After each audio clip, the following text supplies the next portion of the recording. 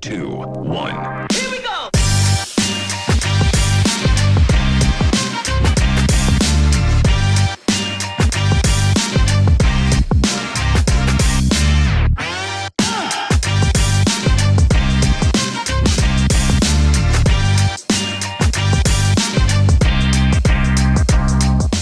Good morning. Welcome to Scott and Ronnie in the morning with Sarah.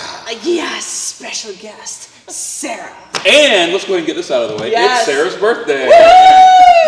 Happy birthday from all of us to you. Happy birthday from the Crossroads Group. Hey!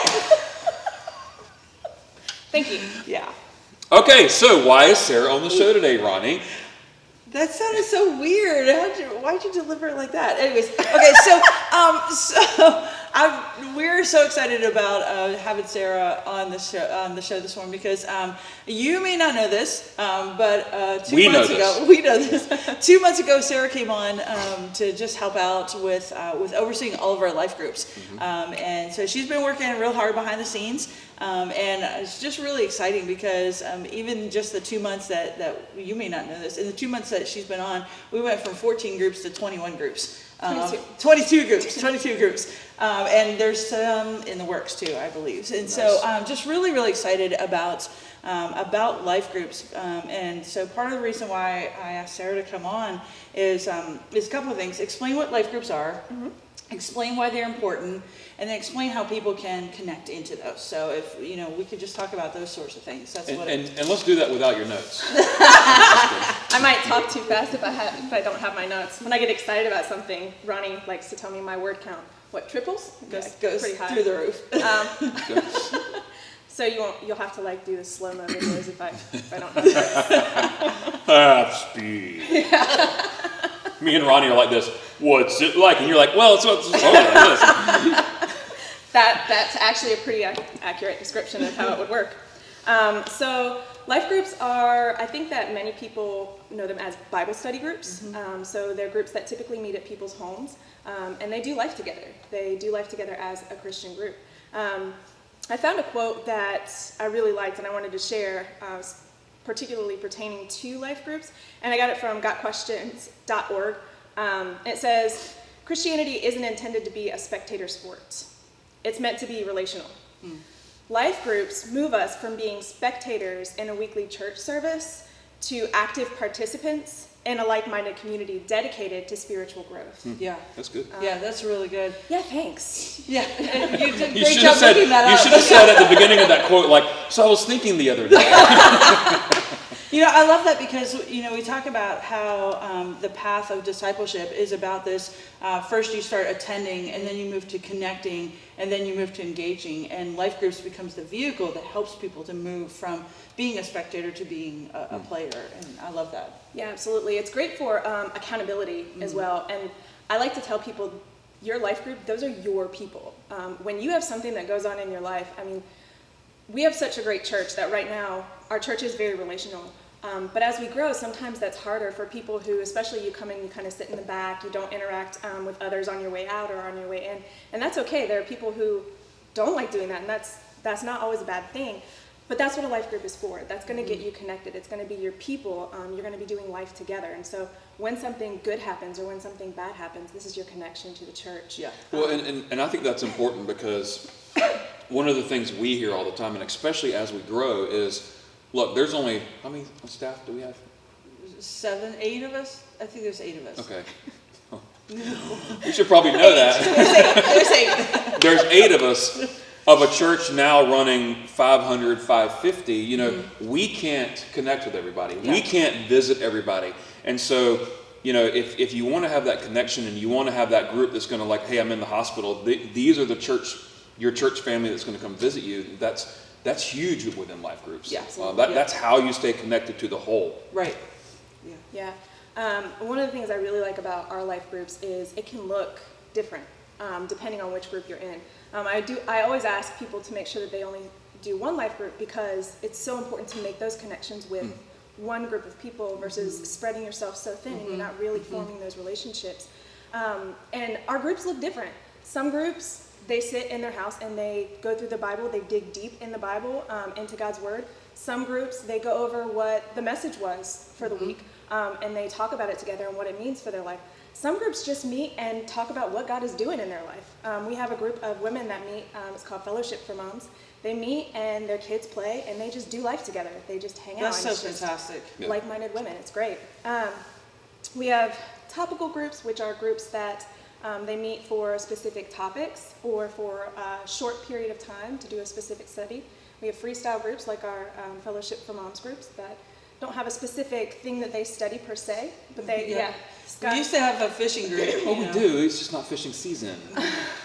It's You just can't take a group of people out fishing if there's no fish biting. I mean, you can teach them. You can teach Throw them. your nets on the other side of the boat. Nicely played. Nicely played. Good job. It'll be back. We have groups that they do just devotions together. We have groups that do videos. In fact, we had actually several of our groups at one time. It was pretty cool. They were all doing the Chosen series together. And so they would watch the Chosen series, and then there's a study guide that goes with it. And so they did that. We have groups just for men. We have groups just for women. We have groups that are both men and women. And then we have groups just for couples. We actually have a group that I'm really excited about getting ready to start. I won't be a part of it, unfortunately, not yet. It's called Seasoned Ladies, and it's for women over 60. That's awesome. I think that's like. I mean, you're super close. exciting.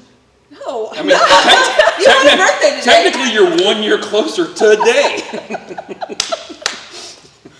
Yeah, thanks, Scott. Appreciate that.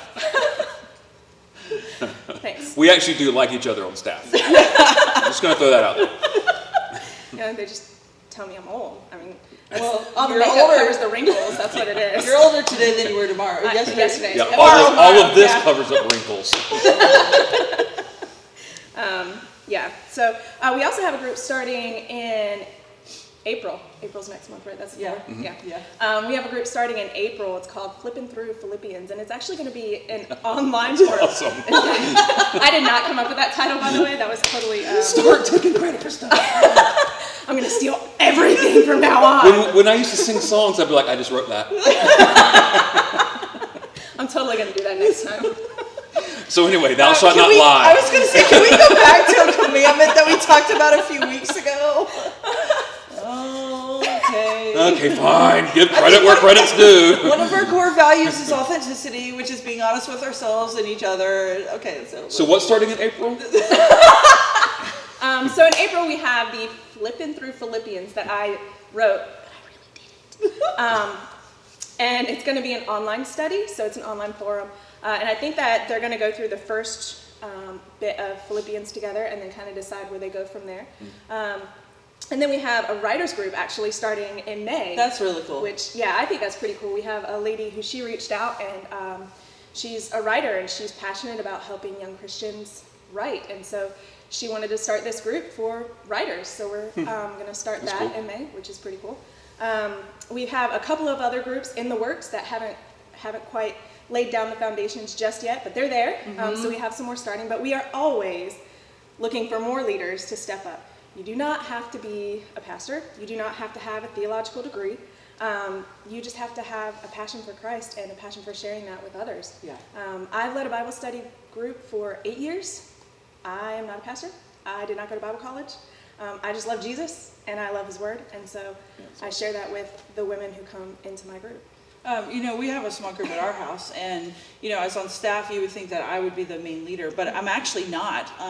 Basically, what we did was we decided we were going to look at some characters of the Bible, and so I got 2 Bible study books, and they list out a bunch of different characters, and I just put it in the middle of the floor one day. I said, y'all pick. And so everybody has taken turns leading, following the questions and things like that. So we don't need to have all this theological degree. We don't need to have a whole lot of background. Just, are you willing to open your home, invite some people in, and have a conversation that points to Jesus? I mean, if you can do those things, then you're qualified to be a small group leader. Well, I think about that with the fishing group. When the time is for that we're not going out on the beach with books and or our laptops and doing a video series. It is simply a bunch of people who have a common thing of finding their way through faith. And if spiritual conversations happen, great. if we just hang out, great. Yeah. Because we know that those spiritual conversations are going to come and go. And so, some of them are not even, that's not even a topic. That's just a shared hobby of people who want to just be around each other and deepen their faith when it's necessary. Yeah, cool. Yeah, I love it. I know we have several men in our congregation who like to mountain bike. Create a group for it. I'm not a mountain biker, so I can't create that group for you. And I won't be out there with you. You're also not a man. I'm not a man. Thank you for pointing that out, Scott. I appreciate it. Captain Obvious over there. Just saying, you're like 0 for 2 in that men mountain biking thing. Thank you. Happy birthday. He's so kind. So kind. I got called old and reminded I'm not a man today. Thank you. You are not an old man. I'm not an old man. I'm not at home either.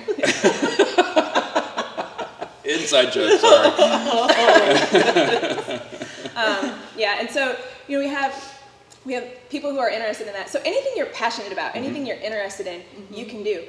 In my Bible study group at my house, I tell the women that come in, I am not the leader of the group. I just facilitate it. I make sure that we have a location for it. I make sure that we actually have babysitters because we're moms who have kids during the day. So we have a babysitter come, so I make sure that that's facilitated. But other than that, everybody contributes to the group. Everybody brings, their information and their knowledge, and we discuss it. And there's not right and wrong answers. Well, unless it's not biblical. But when you're having discussions, it's not trying to prove somebody right or trying to prove somebody wrong. It's trying to find the truth together. Correct. Yeah. And I think that last word you said is that whole together piece is so important. None of us is all there, right? But we're on this journey together to become more mature in our faith and learn how to live out our faith in the lives that we live in context of our neighbors and our work and our families and those sorts of things. And so a life group becomes that place, like you said, that our circle, our tribe almost, that helps us to stay grounded as we go out into the world and share our faith with others. Yeah. Jinx. I'm going to go full office on it. You owe me a coffee, just saying. There are Keurigs in the office. Just saying. Awesome. Any other thoughts about so if you were to say to somebody who was thinking, should I not, what would be the one thing that you would say about why they should consider even just trying a small group for 6 weeks? Well, Ronnie, you're coming into uncharted territory here because I don't have notes on it, so my word count's going to go up. So note to self when editing: slow down video. Seatbelt on. No, small groups are an amazing thing. We've talked a lot about the whys. Getting involved, making sure you have your tribe. Your relationship with Christ, even if you're not digging into the Bible every week at the Bible study, your relationship with Christ is going to triple. It's going to it's going to go nuts. It's going to go, it's going to explode. If you don't know what a relationship with Jesus is, get yourself into a small group. You're going to find that relationship. Yeah, that's good. So my thing is, find your group, find what you're passionate about, connect with them, and then you're going to grow in your relationship with Christ. You can't not. When you're surrounded by like-minded individuals, even if you're not studying directly from God's Word, you're going to grow in your faith. Yeah. And then, like I had said from my quote, but not my quote, you're being an active participant in your relationship with Christ. Well, and the thing is, it's funny. I'll tell a quick funny story about life group one time. So this was years ago. We were part of a life group, and actually John and Amy Lloyd were part of that group at the time. And we had invited this family that just lived in our neighborhood. And they didn't know what it was all about. They actually showed up with vodka-soaked gummy bears. And, it said for Don't adults. do that. And Don't do that. Well, but here's the deal. It said for adults only because there's a bunch of kids in our group. But, we can laugh about that, but I love that because it's like, we're inviting people into this group to learn more. They didn't know that this was, whatever, that we weren't going to be eating vodka-soaked gummy bears during group. and we didn't embarrass them or make them feel bad about it. We just, it was a first step for them, and it was so great because you don't have to be this Well, I already know. I'm already a polished Yeah. Christian. I've been a Christian for 5 years. I am ready to finally be in a group. No, just jump in a group. Yeah, right. You know, and if you make mistakes, who cares? No big deal. You know, That's one what of the group's there for. exactly. Right. One of my favorite conversations happened in a group one time when we had this this couple who was kind of a relatively new believers, and the one guy, he just stopped in the middle. He's like, "Can I just stop and ask a question?" I'm like, "Oh, sure." And he's like, "Does the Bible talk about dinosaurs?" You know, and I just love that because he didn't know and he had an Right. honest question. And that's, you can't ask those questions here on a Sunday morning. Right. But you can answer those in a group of 8, 10, 12 people Yeah. where you feel safe enough asking a question, does the Bible talk about dinosaurs? Right. So, Right. anyways, Yeah. I think we could go on and on and on Yeah. with good and funny stories. I mean, you know, just some of the conversations we have on the beach sometimes. I mean, you know, it's oddball stuff sometimes, but that's awesome, and that's kind of the Yeah. point of where life groups are. They're not like you know, to get you from here all the way to here. It's like, Yeah. okay, look, Right, you right, know. right. This is a process. This Yeah. is something that we're allowed to make mistakes in, and that's Yeah. okay. And Yeah. and that's why you've got a group of people to support you in yeah, that. Right. exactly. Yeah, it's a safe place Yeah, yeah. to make those mistakes, to have those questions. Yeah. So another question for you. So you talked about if somebody was thinking about getting into a life Mm-hmm. group, why? Now, what about the person who's sitting there watching this going, well, could I be a life group leader? Should I? You know, they're feeling the tug of the spirit to take a step. What would you say to that person? I'd say let's meet. I want to meet you. I want to have coffee with, well, if you don't drink coffee, you can drink water or whatever you drink. I'll drink coffee or water.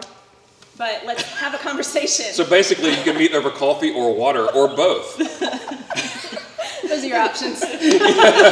Don't you dare order a Coke. Guess you and I can't be friends anymore, so I don't drink coffee. Sorry.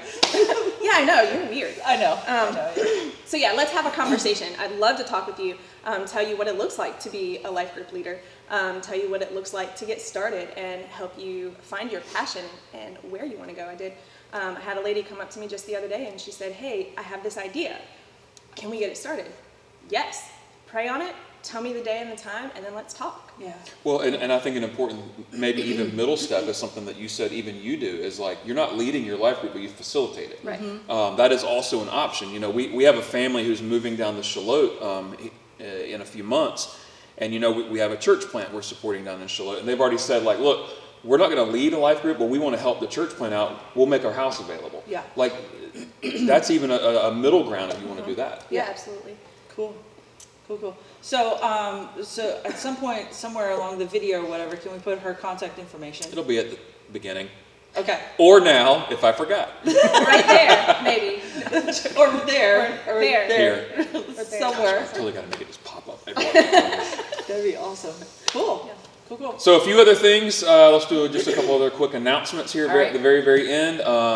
Easter's coming up. We Yes. are doing 2 outdoor services at 9 and 11. The kids are taking over the entire building, which is Yes. awesome. And so as part of that, on April the 3rd, we're going to be having a church work day at 5 o'clock. Now, at 4 o'clock on that same day, on April 3rd, we're going to be meeting at Northwest Park just to do a prayer walk. Northwest Park is where we're going to be having this year's Leland Egg Hunt. So we want to pray over that area ahead of that. And then at 5 o'clock, we'll come back here to the church, or you can just meet us here at the church, and let's just get this place ready for Easter. A little bit of work needs to be done. By a little bit, I mean a lot.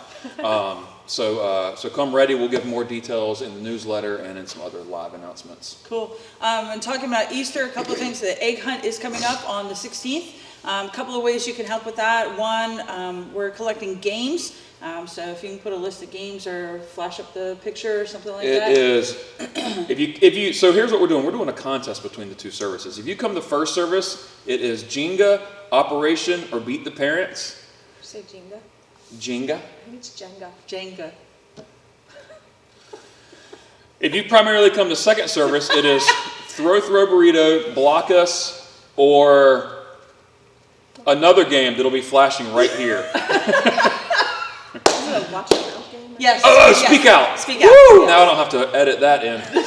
So speak out, throw through a burrito, or block us if you come to second service. For this year's egg hunt, I've committed our church to handle 2 age groups, and that's why there are 2 different sets of board games. Yeah, so we're looking for as many of those as possible. Support your service that you prefer to come to, and bring those by Palm Sunday. Another way you can help out with egg hunt, and this is the first announcement we're doing of this, we are going to need people to volunteer at the egg hunt, and so we'll have more information about that, but we need people to serve as greeters, to help park, to help keep the kids out of the hunt area until time when chaos ensues, people to help at the game tent, just all kinds of people. We're going to need lots and lots of people to help with that. And if you can help with that, show up at 8 o'clock on the Saturday before Easter at Northwest Park.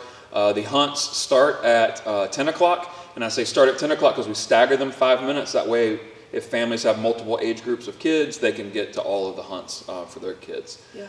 So Anything else? I think that's all the announcements. Cool. Yeah. All right, well, thank you, Sarah, for joining us Yeah. on Scott and Ronnie in the morning.